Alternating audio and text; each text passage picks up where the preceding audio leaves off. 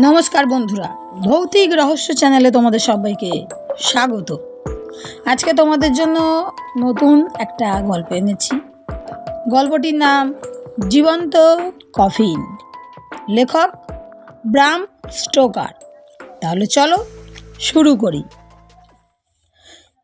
বারবাডোজ, Caribbean সাগরের বুক চিরে উঠে আসা এক অস্ট্রিন দ্বীপের নাম বারবাডোজ।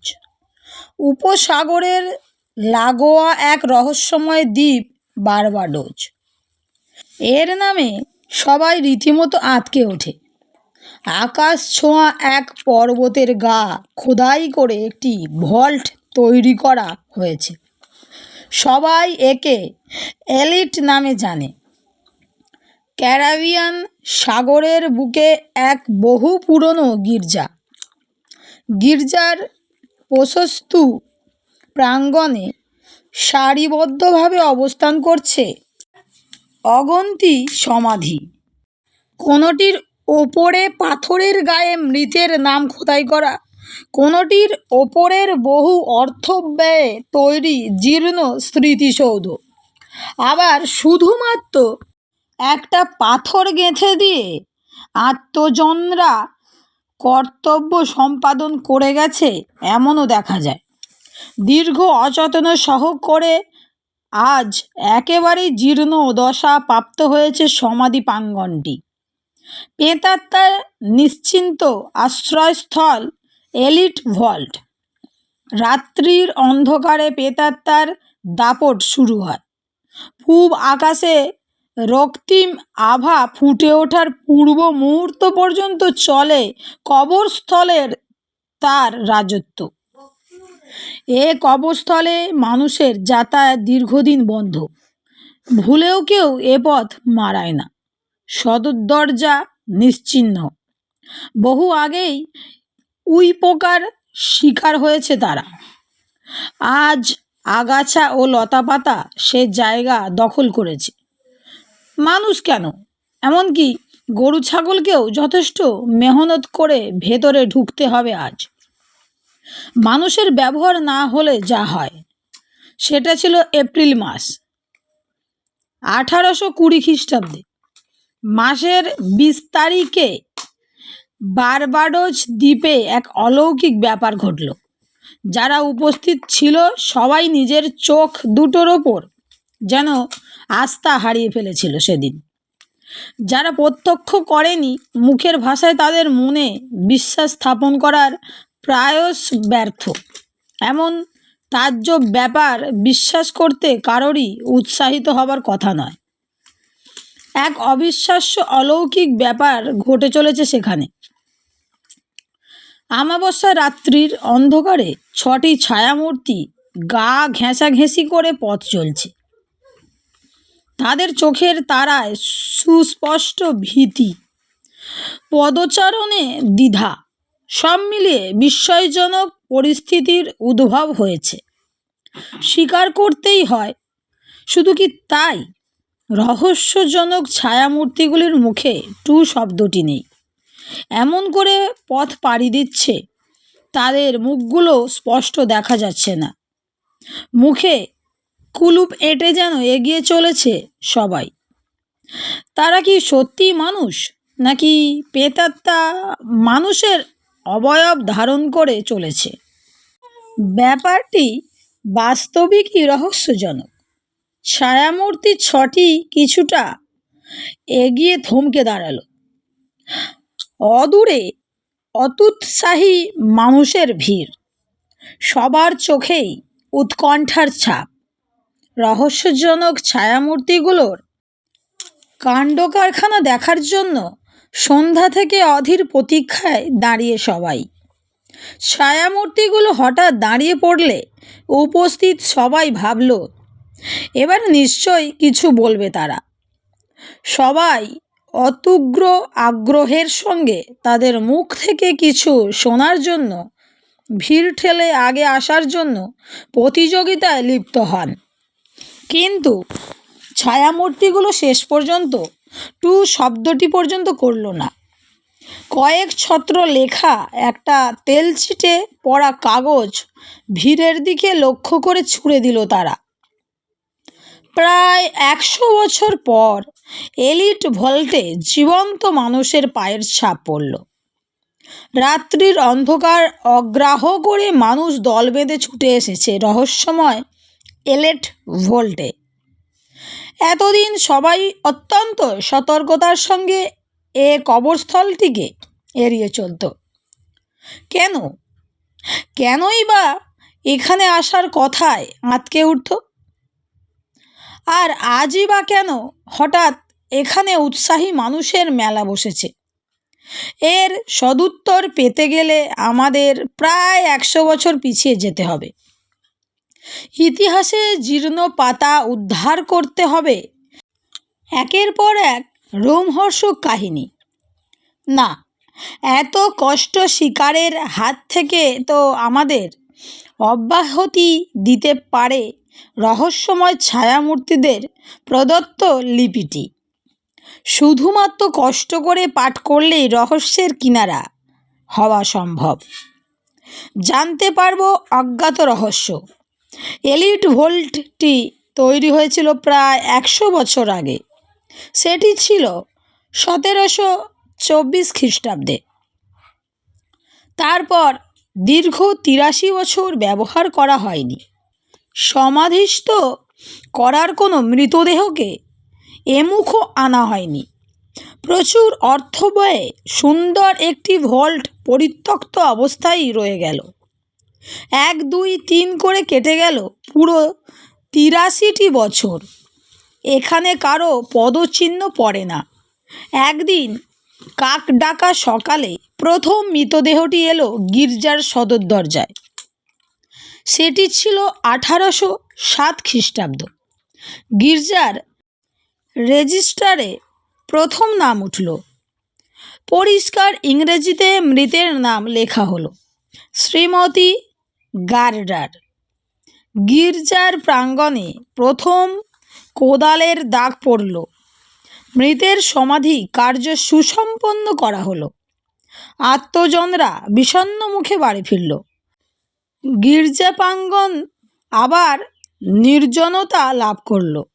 দেখতে দেখতে কেটে গেল আরও একটি বছর। ভল্টটির প্রতি এবার প্রখ্যাত চেজ পরিবারের নজর পড়ল। তাদের কি খেয়াল হলো কে জানে।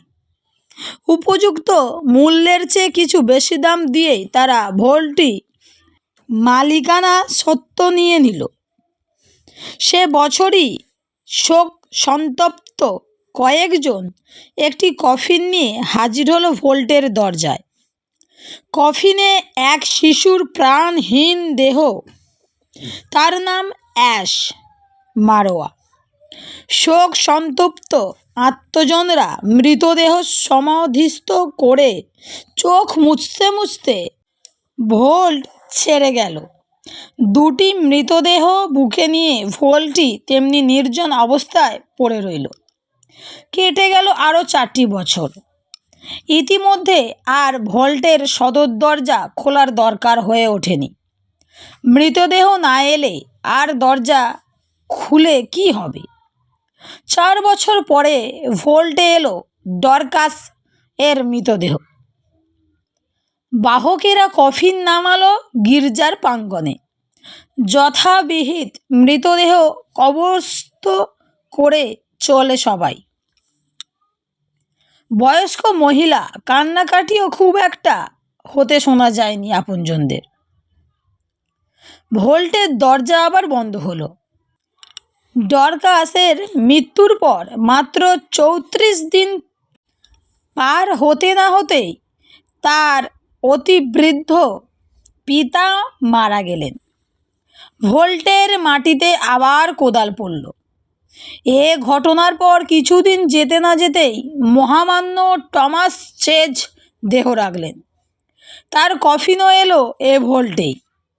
বহু আত্মীয় স্বজন ও গুণগ্রাহীদের উপস্থিতিতে তার কফিন আনা হলো গির্জার দরজায়। তার শোক সন্তপ্ত আত্মজনরা মাথা নত করে দাঁড়িয়ে থাকলো কফিনটি ঘিরে। শোক মিছিলে যারা সামিল হয়েছে, দীর্ঘ পথ পাড়ি দিয়ে তারা ক্লান্ত। সদর দরজায় জনাচারেক গাট্টাগোট্টা নিগ্র দাঁড়িয়ে রয়েছে দেখা গেল। তারা সুবিশাল দরজাটি ঠেলে ধাক্কিয়ে খুলে দিয়ে কফিনটিকে ভেতরে আসার ব্যবস্থা করতে ব্যস্ত হয়ে পড়ল। মোটা মোটা কাঠের তক্তা গজাল দিয়ে জুড়ে জুড়ে দরজাটি তৈরি। জনাচারেক নিগ্রোর অক্লান্ত পরিশ্রমের ফলে এটি শেষ পর্যন্ত খোলা সম্ভব হয়। তারা কাঁধে কাঁধ লাগিয়ে দরজাটি পুরোপুরি খোলার চেষ্টায় মেতে উঠল। ঠিক তখনই ঘটে গেল অবিশ্বাস্য ব্যাপারটি। গাট্টাগোট্টা নিগ্র চারজন বার কয়েক ধাক্কাধাক্কি করে একসময় সবাই বিস্তৃত স্বরে আর্তনাদ করে উঠল। ব্যাস, আর কথা নেই। আর্তনাদ করতে করতে তারা হঠাৎ পিছন ফিরে দৌড়তে লাগলো। গির্জার প্রাচীর ডিঙিয়ে সোজা চোঁচো দৌড় জুড়ে দিল তারা। নিগ্রোদের ব্যাপার স্যাপার দেখে সব যাত্রীরা হঠাৎ কেমন ভড়কে গেল। এমন অপ্রত্যাশিত ঘটনার মুখোমুখি হতে হবে স্বপ্নেও ভাবেনি কেউ। উপস্থিতি সবাই একে অন্যের মুখের দিকে তাকিয়ে রইল বিস্ময় ভরা চোখে। সবার চোখেই জিজ্ঞাসার ছাপ। ব্যাপারটা নিয়ে সবারই কৌতূহলের অন্ত নাই।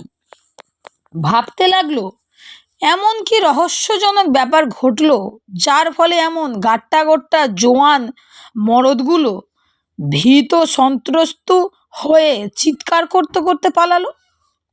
অথচ এমন সাহসও কারো নেই যে একটু উঁকি মেরে দেখে ভোল্টের ভেতর এমন কি রয়েছে যার ফলে এমনটা ঘটতে পারে। অনেক চিন্তাভাবনার পর কয়েকজন অত্যগ্র কৌতূহলাপন্ন হয়ে দরজার ফাঁক দিয়ে ভল্টের ভেতরটা দেখার চেষ্টা করলো। ভেতরে নজর যেতেই তারা আতঙ্কে শিউরে উঠল। বিকট আর্তনাদ করে সরে এলো। এমন মারাত্মক ব্যাপার চোখে দেখতে হবে স্বপ্নেও ভাবেওনি কেউ। সবার মুখ ফ্যাকাশে, চোখের তারায় আতঙ্ক, সর্বাঙ্গ থরথরিয়ে কাঁপছে। বুকের মধ্যে কোনো অদৃশ্য হাত যেন অনবরত হাতুড়ি পিটে চলেছে। রক্তের গতি যেন হঠাৎ গেল বেড়ে। বেশ কয়েক মুহূর্ত বিশ্রাম নেবার পর তারা প্রকৃতিস্থ হলো। নিজেদের একটু সামলে নেবার পর ব্যাপারটা বর্ণনা করতে গিয়ে তারা যা বলল মর্মার্থ হলো। ভোল্টের ভেতরে তুমুল কাণ্ড ঘটে চলেছে। নিজের চোখে না দেখলে কাউকে বিশ্বাস করানো সম্ভব নয়। বছর 5 আগে সমাধিস্থ করা হয়েছিল শিশু অ্যাস মারোয়াকে। তারই কফিনটা দেওয়ালে হেলান দিয়ে দাঁড় করানো। তার মাথাটা মাটির দিকে আর পায়ের দিকটা সোজা ওপরে। আর কে যেন ক্রোধন্ত অবস্থায় চারদিকে দাপাদাপি করে বেড়াচ্ছে। বিকট তার চেহারা, এক পলক দেখে সেটুকু বোঝা গেল। পরম মুহূর্তে সবাই বুঝতে পারল চোখের ভুল। কাউকে তারা ছোটাছুটি করতে দেখেনি।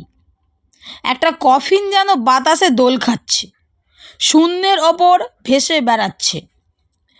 ব্যাপার দেখে অনুমান করা যেতে পারে কে বা কারা যেন ক্রোধে ক্ষিপ্ত প্রায় হয়ে কফিনটাকে বারবার এদিক থেকে ওদিকে ছুঁড়ে মারছে। ভালো করে লক্ষ্য করার পর একপাশে বড় একটা কফিন পড়ে থাকতে দেখা গেল। ওটার কোথাও এতটুকুও ক্ষতি হয়নি, বরং সদ্য তৈরি করে আনা হয়েছে। এ কি ভুতুরে কাণ্ড রে বাবা! আরও আশ্চর্য হলো সবাই গার্ডারের কফিনটা দেখে। ওটা কিন্তু এতটুকু স্থান পরিবর্তন করেনি। আগে যেখানে ছিল এখনও তেমনিভাবে ওখানেই রয়ে গেছে। হয় ওটার দিকে কারো নজর পড়েনি, নতুবা সতর্কতার সঙ্গে ওটাকে এড়িয়ে গেছে ক্রোধোন্মত্তরা। ব্যাপারটাকে উপস্থিত সব যাত্রীদের সবাই বরদাস্ত করতে পারল না। মৃতের আত্মীয় বন্ধুদের পক্ষে এরকম একটা অবাঞ্ছিত ব্যাপারকে মেনে নেওয়া সম্ভব নয়। তারা রেগে অগ্নিশর্মা হয়ে গেল। একে অন্যের সঙ্গে রাগে গজগজ করতে লাগলো। এত বড় একটা অন্যায়কে চোখের ওপর কোনো আত্মজনই বা স্বাভাবিক বলে মেনে নিতে পারে? এমন একটা অত্যাশ্চর্য ভুতুড়ে কাণ্ড দেখে উপস্থিত সব যাত্রীরা বিভিন্ন রকম মন্তব্য প্রকাশ করতে লাগলো। কেউ বলল নির্ঘাত প্রেতাত্মাদের কাণ্ড, কেউ বা এমনও বলল প্রেতাত্মাদের ব্যাপার বলে এমন একটা মারাত্মক কাজকে হালকা করে দেওয়া উচিত নয়। নির্ঘাত কবর চোরেরা সুযোগের সদ্ব্যবহার করেছে। শবদেহ মাটির তলা থেকে তুলে নিয়ে 2 পয়সা রোজগারের জঘন্য কাজে মেতেছে। কিন্তু ব্যাপার দেখে কবর চোরদের কাণ্ড বলে মেনে নিতেও সবাই উৎসাহ পাচ্ছে না। কারণ কবর চোরদের দুর্বিসন্ধি হলে ভোল্ট থেকে কফিনসহ শবদেহ বের করে নেবার চেষ্টা করতো অন্তত। কিন্তু লণ্ডভণ্ড হলেও একটা খড়কুটো প্রাচীরের বাইরে যায়নি। নেওয়ার চেষ্টা কেউ করেছে বলেও মনে হলো না তো। অতএব চোরের ব্যাপারটাকে এক কথায় উড়িয়ে দিল সবাই। দীর্ঘ সময় ধরে চলল এরকম পরস্পর বিপরীতমুখী আলোচনা। নিজের মতের সঙ্গে অন্যের মতেরও মিল না হওয়ায় ক্ষুব্ধ হয়েছে কেউ কেউ। কিন্তু সে আর কতক্ষণ? 30-35 মিনিট যেতে না যেতেই এক এক করে সবাই নীরব হলো। সমাধিস্থলের বাঞ্ছিত নীরবতা নেমে এলো। আত্মীয় বন্ধুরা ধরাধরি করে মহামান্য টমাস চেজ এর মৃতদেহটি নিয়ে গেল গাছের ছায়াযুক্ত সুন্দর একটা জায়গায়। মাটিতে পড়ল কোদালের দাগ। অতুৎসাহী কয়েকজন সব যাত্রীর চেষ্টায় কবর খোঁড়া হয়ে গেল চোখের পলকে। যথাযোগ্য সসম্মানের সঙ্গে শবদেহ সমাধিস্থ করা হলো। শবদেহে সদ্গতি করার পর সবাই সমাধিস্থলটা একটু গোছগাছ করার চিন্তা করলো। এমন একটা পবিত্র জায়গা যে বা যারাই তোলপাড় করুক না কেন এভাবে অগোছালো অবস্থায় ফেলে রেখে তো আর চলে যাওয়া যায় না, উচিতও নয়। বন্ধুরা, গল্পটি আজকে এই পর্যন্তই। গল্পটি এখানেই শেষ নয়। আর গল্পটি তোমাদের কেমন লেগেছে অবশ্যই আমাকে কমেন্টে জানিও। আর ভালো লেগে থাকলে বন্ধুদের সঙ্গে শেয়ার করে চ্যানেলটি সাবস্ক্রাইব করে লাইক করে আমার পাশে থেকো, যাতে আরও নতুন নতুন গল্প তোমাদের শোনাতে পারি। আর এই গল্পের দ্বিতীয় পর্ব নিয়ে খুব শীঘ্রই আমি আবার ফিরছি তোমাদের কাছে।